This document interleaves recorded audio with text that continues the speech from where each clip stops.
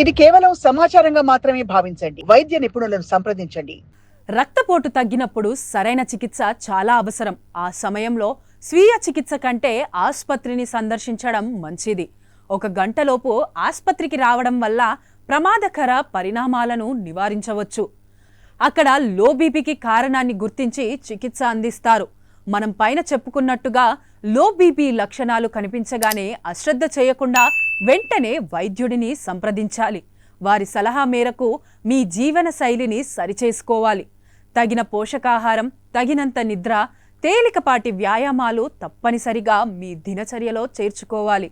లో బీపీతో కళ్ళు తిరిగి పడిపోవడం, మైకం కమ్మినప్పుడు వెంటనే 1 గ్లాస్ నీటిలో 1/2 టీ స్పూన్ సైంధవ లవణం కలుపుకొని తాగితే బీపీ వెంటనే నార్మల్ అవుతుంది.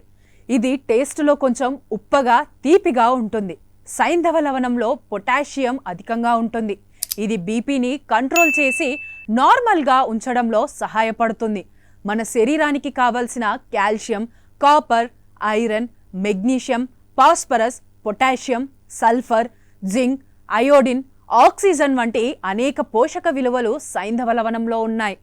పేదవాడి పక్షాన నిలబడతాం, ప్రజా గొంతుకై నినదిస్తాం. వాయిస్ ఆఫ్ వాయిస్లెస్, తెలుగువారి మనస్సాక్షి సాక్షి టీవీ. సాక్షి టీవీ ప్రసారాల కోసం మీ స్థానిక కేబుల్ ఆపరేటర్ను వెంటనే సంప్రదించండి.